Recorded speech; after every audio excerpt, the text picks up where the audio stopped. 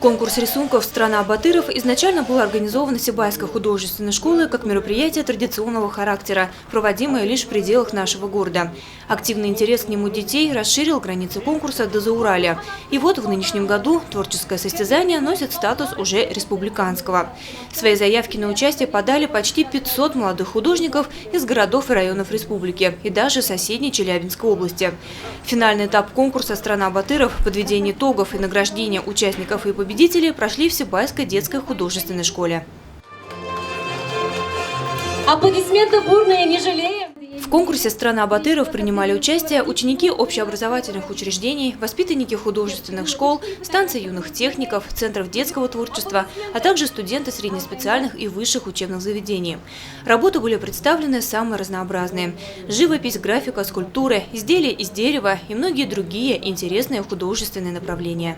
«Страна Батыров», он действительно у нас один из самых интересных проектов наших художественных школ. И мы рады, что у нас в городе, в нашем регионе это единственный конкурс, который имеет статус. Сначала он имел региональный, сейчас открытый республиканский. История, она имеет богатую свою историю.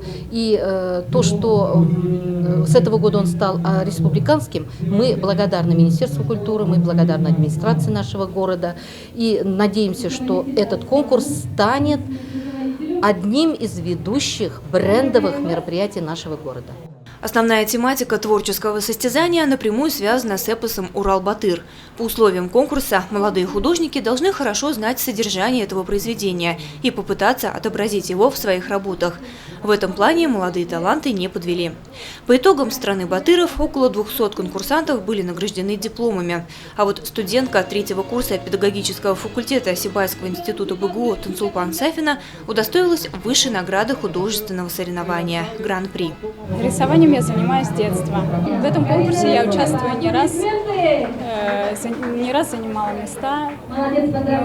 Первое место, но никак не получалось получить гран-при. Мой рисунок посвящен моему прадедушке Мужайру Хазрету. Как вы знаете, он народный целитель, предсказатель. Про него написали книги Леры Якшибаевой. Про него ходит много легенд. Я хотела изобразить то, как он получил силу, как он ее приобрел. Несмотря на то, что конкурс «Страна Батыров» в республиканском масштабе проводился впервые, все прошло успешно и на хорошем уровне. Организаторы надеются, что он станет еще одной доброй и красивой традицией, теперь уже на уровне Башкортостана. Лена Кириллова, Данила Либаев, Константин Малейкин, Гульгина Раскильдина, телекомпания СТВ.